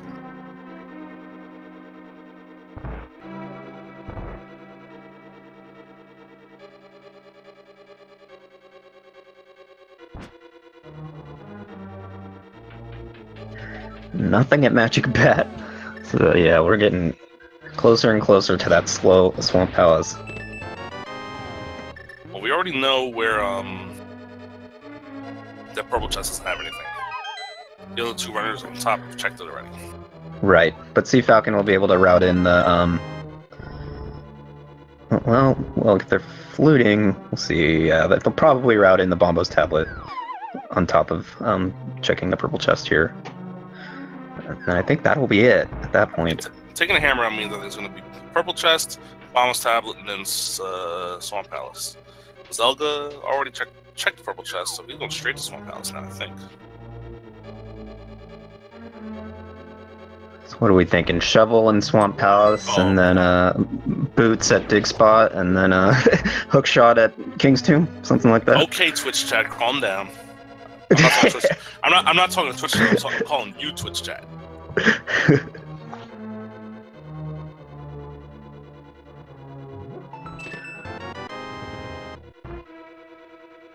Wayne is the first one, the Mirror Shield. And Jamie's still on Fighter Sword, doing Fighter Sword Cold Stare. This is, what's the word I'm looking for? daring. Yeah, it stinks. Doing the right thing and using the hammer, but Bombos Tablet is the hook shot. Wow. Both Zelga and Sea Falcon are in go mode now, assuming they don't need the Cane of Samaria or the boots. Awesome. This one exactly how I wanted to go. Yeah, just go in there and just like there's 6 spots that the big key can be in that can totally screw you over. Good luck. Yeah, that's crazy. And we know for sure they're not going to get the cane. There's no reason they would ever go back to Thieves Town at this point, I don't think. Before at least checking Ganon's Tower. So, this could get interesting, folks. Boing could have a huge advantage, or he could just be behind. We don't know. When it comes to between Zelga and Falcon, Zelga's way ahead because Falcon has not done Ice Palace yet. Yeah, you're correct. I don't think has Zelga done Skullwoods? I think he did. I know Falcon did, even though it's not marked on the tracker. I believe Zelga did.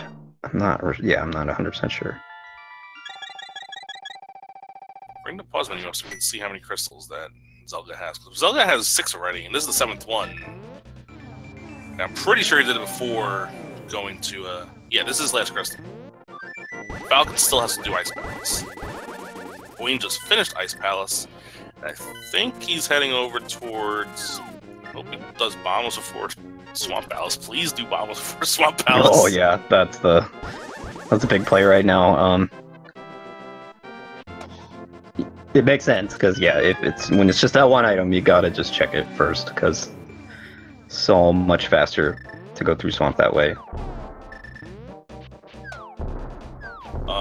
Wayne's gonna do Pyramid Fairy first. Yeah, going Pyramid Fairy first. Okay, so here's what it comes down to. Zelga's in the lead. Falcon is an Ice Palace behind him, but it's going to be a Goemon Ice Palace for him. If Samaria is required, Wayne is in a big lead.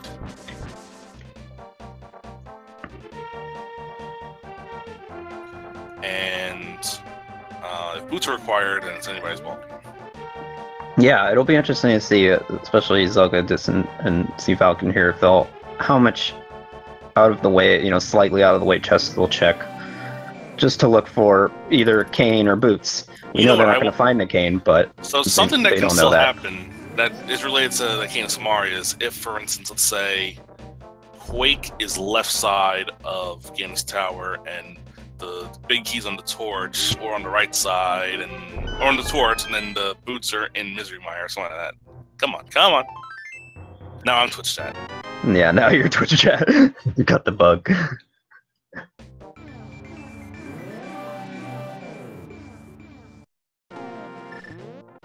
Yeah, so Zelga Distant checking a few out of the way, barely out of the way chests, just in case. Yeah. He's looking for mainly cane. Right, he's in a very uncomfortable go mode right now, where he, is pretty sure he is in it, but really is completely unsure.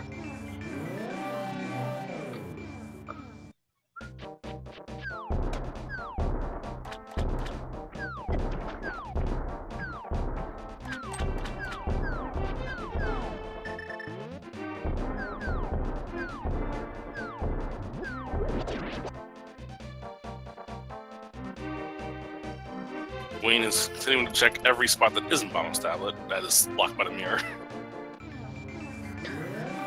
Classic rando looking for this is the last place you check, but Demeter finally going back to Pod. Remember, he left Pod, went elsewhere, and came back for Eastern and got the hammer that way. Still hasn't gone back to finish Pod.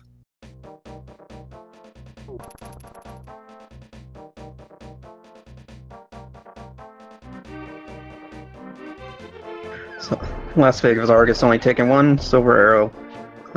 Pretty nice and quick. And there's half magic. That's nice. You're happy to see that. Yeah, especially with the Master Sword. Oh, yeah, that's your highest upgrade. Zelga's, both of them are going to have to do Master Sword fighting. Thankfully, yeah, everybody's got silver arrows, so that's nice. That speeds up the fight so much. Nobody wants to do all 24 sword spins. Wayne gets his hook shot. He is now in go mode. But his odds of being actually in go mode are way higher than Zelda and Falcon's. They're 21 and 22 instead of, whatever it is, 19 and 17 and 22. Yeah, pretty trippy. Sorry, 6. Because, there's 6 chests that 5 on the right side and the torch are all locked by items that Zelda and Sea Falcon do not have. I think we can start our game though at this point, right? Well, we don't do the game in the dailies, but we can still let chat know. A casual game, not a there are 22 chests nothing in on the line. Gans Tower, and if you want to play along with us and try to guess where the Gans Tower big key is going to be, hopefully right side, Alright.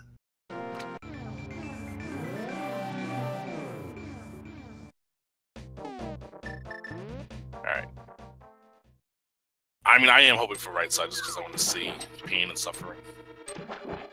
Yeah, it'd be interesting. Or even Torch would be, hilarious because then, nobody has an advantage. Yeah, Torch makes it wide open. If it's then, right side, anything could happen. If it's right side, then Gwaine has a monstrous lead here.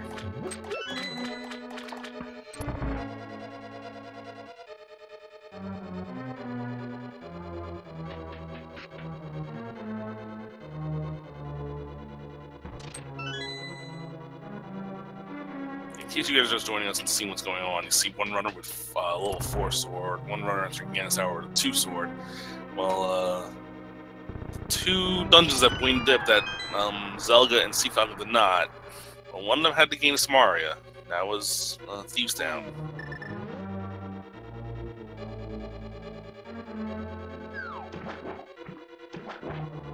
Alright, Zelga, you go left or right first here? You're gonna go right first, get these 2, and go further.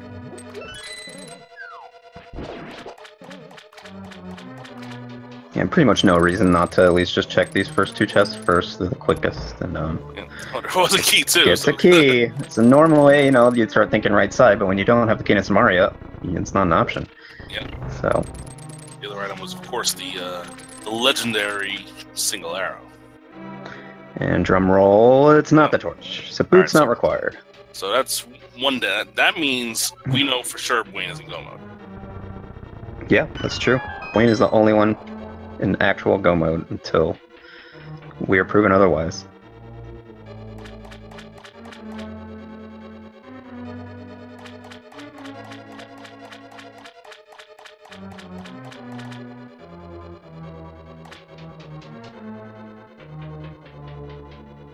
Seven chests down, still no big key. Nothing.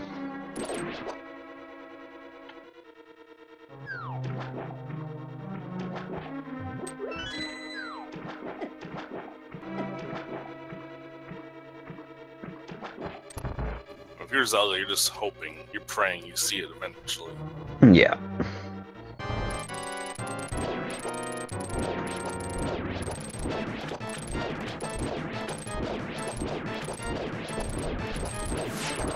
God, Buttersword is so good. Blaine just obliterated those puffballs. Yeah, pretty quick fight there with Blaine. And Jay Meester finally gets a sword upgrade. He gets it from Pyramid Fairy.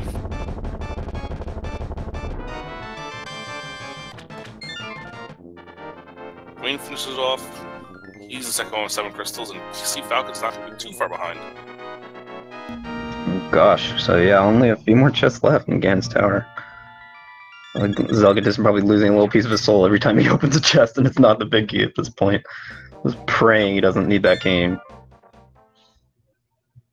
We have 4 chests here, and we have Bob's chest, Ice Armos, and Blue Boomerang.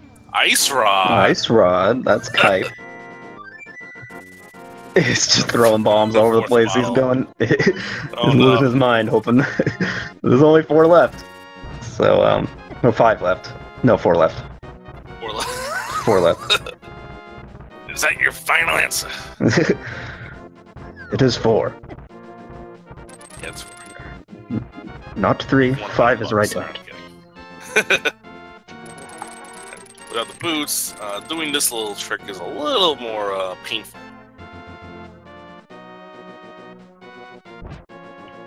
Yeah, also see if Zelgadison decides to bomb jump across this little invisible gap here, which you kind of have the quickest way to do it without the boots, and looks like does know that strategy. Yeah, I had to bust this out recently for the first time. As tricky as it looks, it's actually one of the easiest bomb jumps to do. Yeah. It's really, really loose window, yeah. Everyone say hi to Bob. And, oh, the big key's on Bob's chest! And wow, Zelgadison's face lights up in front of his console. He is in go mode. Keen not required.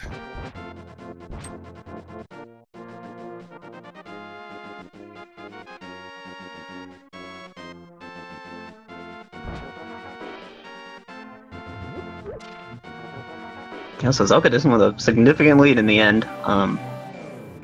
But Blaine not too far behind, honestly. I'm about to enter.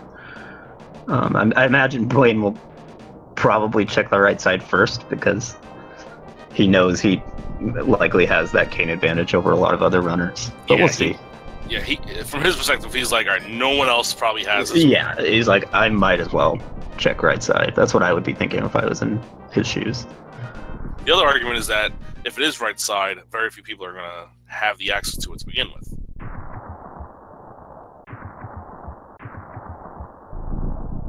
Sea Falcon is actually dipping Hookshot Cave looking for the items that might potentially be needed. Because he is already in. He can open up the end tower whenever he wants. Little does he know, he doesn't need anything else. Yeah, pretty quick check though. It makes tons of sense to just hop in here really quick. It really doesn't even take a minute, I don't think, to check all 4 chests. Yeah. I mean, also another thing you're going to see is a sword, because remember, he's still on Master Sword. That's why this race actually, even though it looks like Zelga is well ahead, because Zelga isn't, and Wayne is going right side, so it's going to lose a little bit more time. But yeah. Master Sword versus Butter Sword is not trivial. Well, and also something worth noting is if Blaine decides to go all the way right side, like takes it all the way to Bob's chest, then that's actually faster than taking left side. Yeah, if he mirrors after checking these 4, it's the longest route possible. Yeah, chest, then it's super long, but it's a slightly unconventional route to go full right side this way, but I have some people do it, and if he does, he's still in this. It's going to be very close if he does. So yeah, it actually is. You're totally right. Golden Sword just makes the end and fight trivial.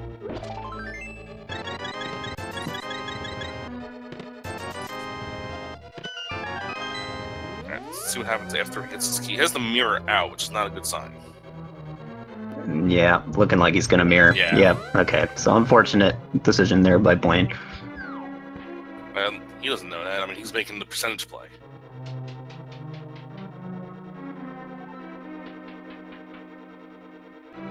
And Jamie sure is also in go mode now. He got that hook shot. He is now heading through the swamp. And he was tripped up by the fact that he left the pod eastern area with just the bow without going back to kill Armos with a hook shot. And that's where he lost most of his time.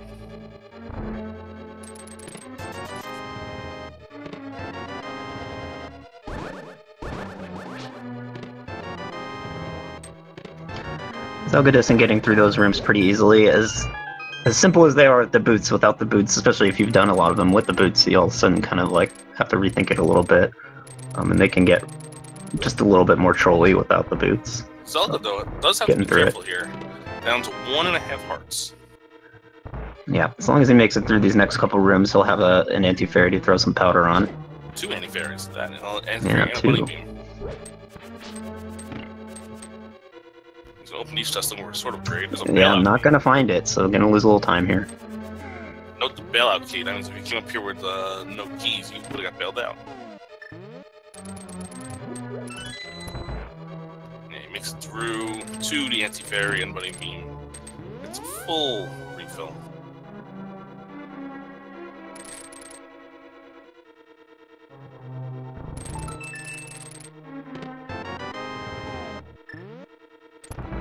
Sea Falcon and Wayne basically in the same room here.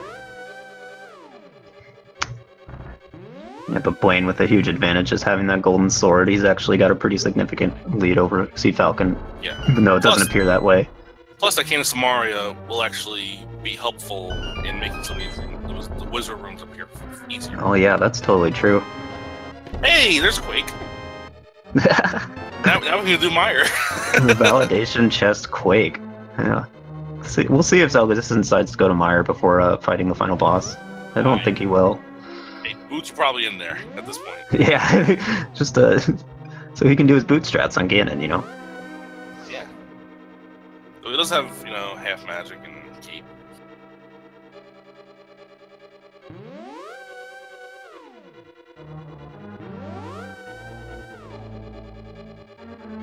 Alright, now I get 2 fight for Zelda. Decent pattern, only gets 1. Tricky fight, you know. The main Aghanim, after the first, has a 50-50 shot of... Oh, nice triple there. Oh, that was a good triple. Yeah, good stuff to Zelgadis. I believe that was a 3 cycle, which is a solid fight. I'm missing up the bomb jump here. Oh, Blaine is out of bombs. Oh my. What's he gonna do here? Light the torch. He's gonna light the torch. Way. Okay, cool.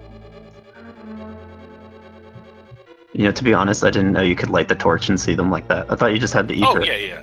Oh, that's how I did it when I was a kid.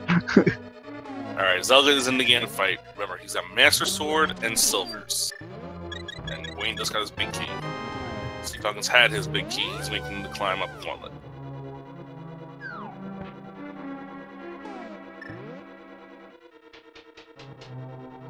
Blaine's just gonna have to remember he will need a bomb at one point, so he shouldn't skip out on any bomb drops that he sees. The room before you need a bomb is where you'll find a bomb in the pot, underneath the pot.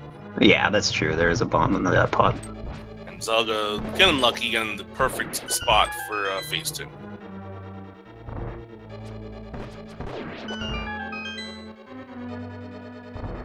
But still did not get the 1 cycle phase 2 because Master Sword is really bad. Yeah, going through this phase especially is really tough with the Master Sword, so using the cape, no shame in using the cape like he is, just to save some hearts and make it a little easier. I use the cape almost every time again if I have it.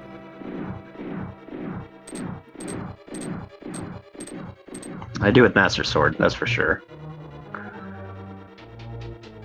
Yeah, definitely Master Sword if I have the cape. Alright, pretty nice teleports. Teleports, just like the Aghanim fight with the blue balls, is standardized for everybody in the seed, so everybody gets the same amount of Ganon teleports. He was very close to falling there, but gets it done. Not even close. He is. That's what he's telling himself right now. Can't get a double here, I don't believe. Nope. But it's looking like that was really close from a flame coming out, but he got it, and looks like Zelgadison's gonna be the first of our 4 runners to finish. Not only is the first of the 4 runners to finish, he's the first of the close to 40 runners we had in this race. He is the overall winner of the race. Wow, crazy. Official SRL time of 1 hour, 38 minutes, and 37 seconds. Get your GGs in chat for Zelgadison, winner of our restream and winner of the race.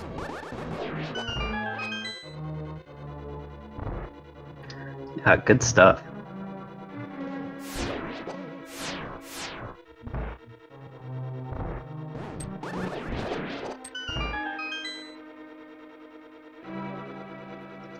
Yeah, big time saves in this run. We're just, avoiding the back of Thieves Town and not worrying so much about that cane, I guess. The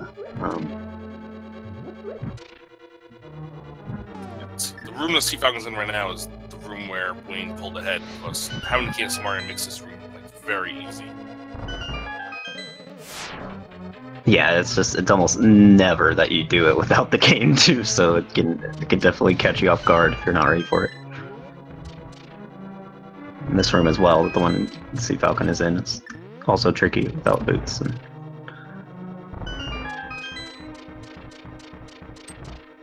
And we have a second place finisher in the race off the stream. INC None finishes with a 1:40.01.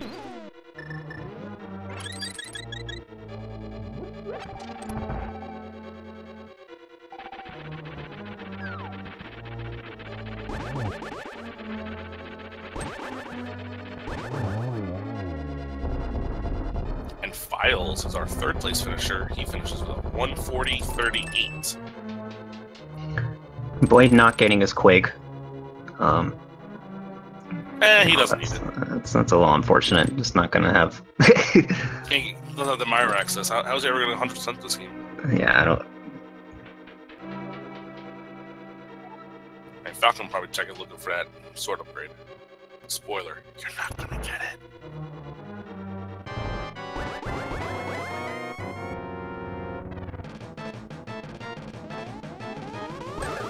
Wait, now in the Agatsu fight. Nice, playing correctly using sword slashes there. It's kind of tricky to figure out on the fly, like whether you should use sword slashes or spins, but making the right decision there. Oh, just missing the triple there.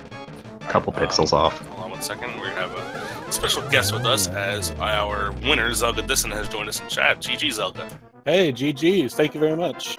Yeah, so how hard was your heart pumping before you found that big key in Gannis Tower? It was getting pretty bad. I knew, what was it, like 6 chances out of 22 going in because I didn't have the cane or the boots. So as I was getting over to Bob, I knew that this was coming down to the wire. Well, little fun fact that we did see the cane somewhere on stream. One of our runners did get it. It was on blind. Ah, okay. I kind of wondered if there was going to be something worthwhile in the back of Thieves Town. So there was also a sword upgrade in the back of Thieves Town. Oh, that would have come in handy too. Yeah. Honestly, that time. No, I don't think it saved enough time. Well, the other thing that Wayne did, he dove Turtle Rock. That's where he found the Butter Sword, but that was all that was in Turtle Rock. So he did both those gambles before basically doing Bombos Tablet. Okay, that makes sense, because, I mean, since I didn't have Samaria, Turtle Rock wasn't even an option, but I was thinking about it that whole time as I was looking for the hook shot. Yeah, both you and Falcon found the hook shot at basically the same time for both of you to have your little quasi-go mode. I think so Falcon still had to do ice, so that's how you were well ahead of him. Okay, yeah, I could see that. That's good info.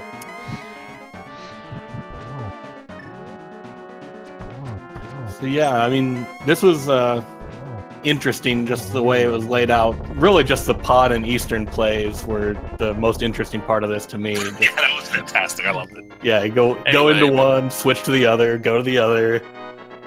Anyway, we see on screen Dwayne finishes. However, he does not get 4th place. 4th place goes to Big Dunka, who got 4th with a 142.08. Wayne does have 5th, though, with a 143.02, and right behind Wayne is Sonicam. He gets 6th with a 143.22. Get your GGs in chat for Wayne. We'll see if we get him to join us as well in here. As now Falcon is now on to the Ganon fight. GG to Wayne.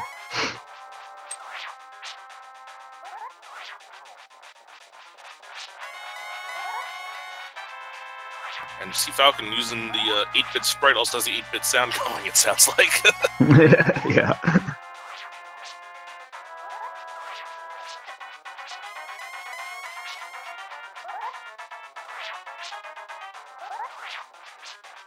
Alright, this is phase 2. Again, Mesa Sword.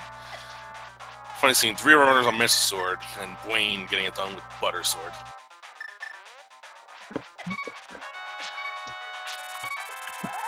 Ooh, half a heart, but still has a blue potion. Now in chat is cape here. Is our 5th place runner in the race and 2nd place runner on stream, Mr. Wayne. How are you doing? Doing well. How's everybody tonight? Doing good. It's safe to say that you definitely checked the most locations among every runner in the entire race, I would assume. That's what it felt like. This is the kind of seed that's really fun when you have the boots and really miserable when you don't. You were the only one of our 4 runners to dip the back of Thieves Town, and that sent you to do all of Turtle Rock.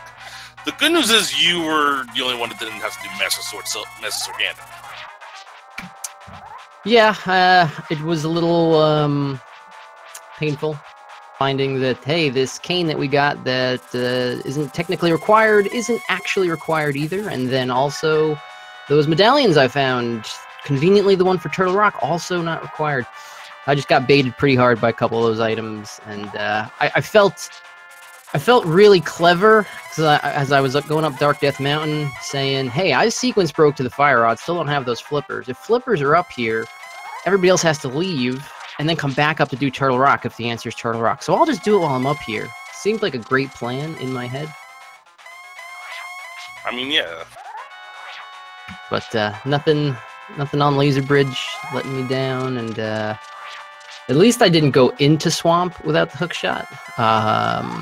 There were one or two locations left for me, but at that point, I was gonna dive into Swamp right after Bombo's tablet, so at least hook shot was there. Yeah, hook shot on Bombo's tablet was always a nice feeling. Oh, Falcon. Oh, taking a death. Yep, taking a death again, and nice to go through an entire Master Sword fight all over again. Actually, he's not going to. He actually just forfeited the race. Those Ganon hugs, man, those are brutal. Yeah, he did not want to go through Master Sword Ganon again, I don't think. And you know what? Master Sword Ganon is so miserable, I don't blame it. It's a grind. Anyway, more finishers real quick. Korek got 7th with a 145.45. Gravis 10, 8th place with a 146.50.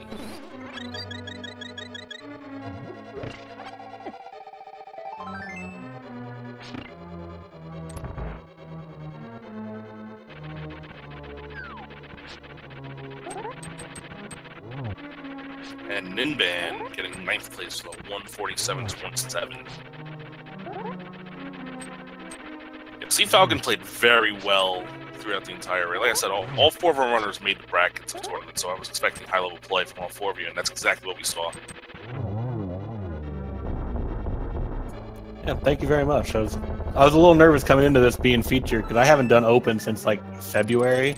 So I was like, oh man, if I make some really dumb mistakes, like completely leaving Desert Palace when I can finish it, I was going to be really embarrassed.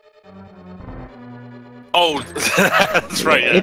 Interesting thing about that though is like, all the other runners, they did that, but they had to do it with Fire Sword, which is it's just so long no matter how you look at it. It just takes forever, and like by the time you had gone back there, you had the fire rod, so you actually cleared it really quickly. You just kind of lost maybe a little bit of time doing the walk back, but it wasn't as significant as it seemed on the surface, Yeah, especially since that was the item, like the bottleneck, your next progression for the most part. Yeah, I realized whenever that was literally my last spot to get some progression. I realized, well, that fire rod was probably something most people didn't have for this fight, so maybe it's at least a little better. So, yeah. We have 2 more finishers here. Walther the 4th finished in 10th with a 147.59. Nelium in 11th with a 148.12. So these runners, all the runners, very, very close. Like seeing 11 runners within 10 minutes of first place is very good to see in a race like this.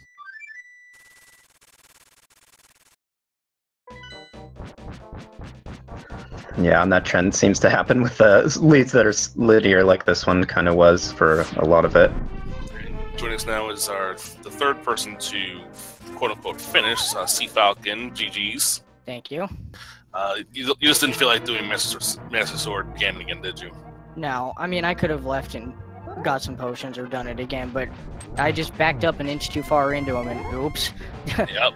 Honestly, I'm not that mad though. I mean, the run I thought went alright until then anyway, so no complaints here. Oh yeah, you played very well. You and Zelga both found the hook shot basically at the same time. The only difference is he had already done ice and you did not. Oh, okay.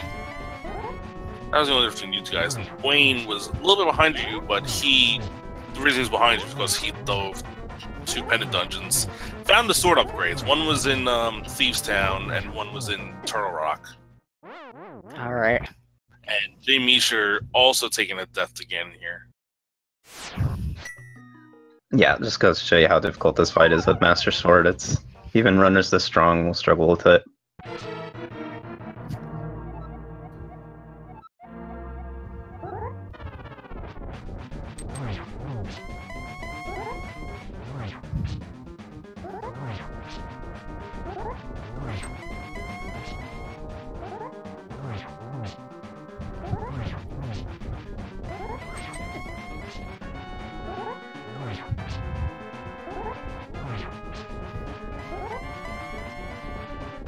I'm just curious. I'm assuming hookshot was probably about everybody's go mode, right? Yeah, I would.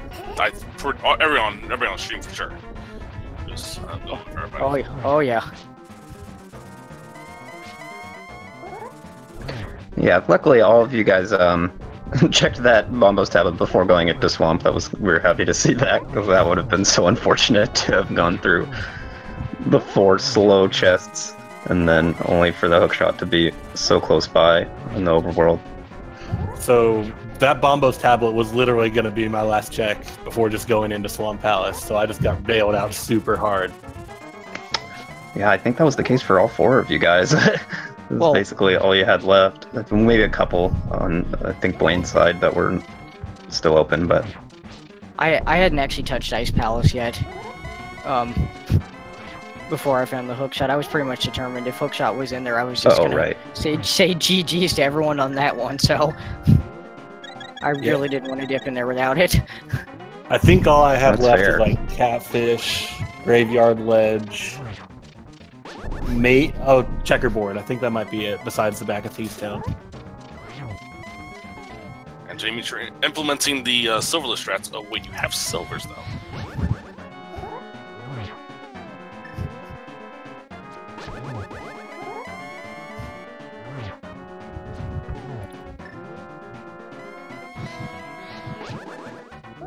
There's definitely like a sense of pride to it, even if like I know it's switching to silvers, but like especially if you take a Ganon death, sometimes you're just like, I want to make this as hard as possible just to prove I can do it. So I know I've done that. I just really want to stick it to Ganon and just poke him 24 times. And speaking of poking it to Ganon, Jay Meacher is our the final finisher of our restream, and he finished in 12th place on the overall race, so 152.28. Real quick before we bring him in for an interview, 13th place is Frostbite 3030 with 152.35, and 14th is Matt 7898 with a 152.54. Get your GDs in chat for Jay Meacher, our final finisher of our restream.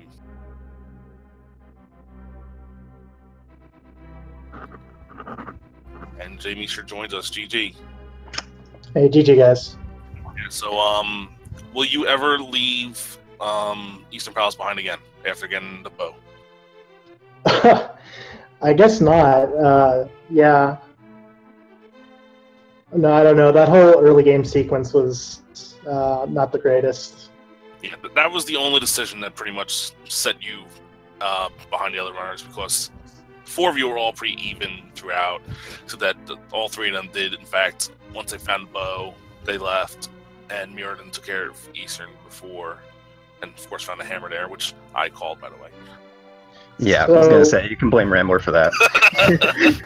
So the big problem was that I miscounted my items in Eastern, so I was going under the assumption that there was nothing left. Oh, yeah, because you were already in there. Yeah, I had been there, and I was not paying enough attention to the chest, third chest, and didn't catch what it was, and yeah, just miscounted. And the other big problem was that I completely forgot about Mireshed before I did Aga, and realized it on my way to Pod. So I was kind of itching to get back and check that to make sure I didn't do Aga unnecessarily. Yeah, having one of those kinds of things hanging over your head can definitely get you flustered. I've definitely been there. But yeah, I mean, it was kind of a crazy seed, but not the worst. Yeah, just a couple decisions here or there. It cost me a lot of time.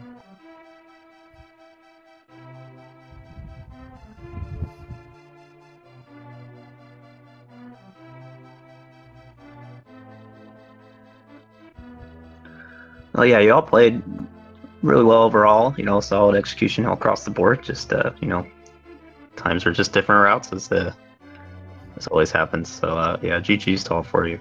Yeah, basically what it came down to was Zelda made the correct decisions at the right time. Dwayne did a lot more overworld checks. Well, I think Zelda did more overworld, Dwayne did more dungeons, and because of that, Dwayne was able to, you know, have the sword upgrades. But in the end, it ended up sending him further back overall.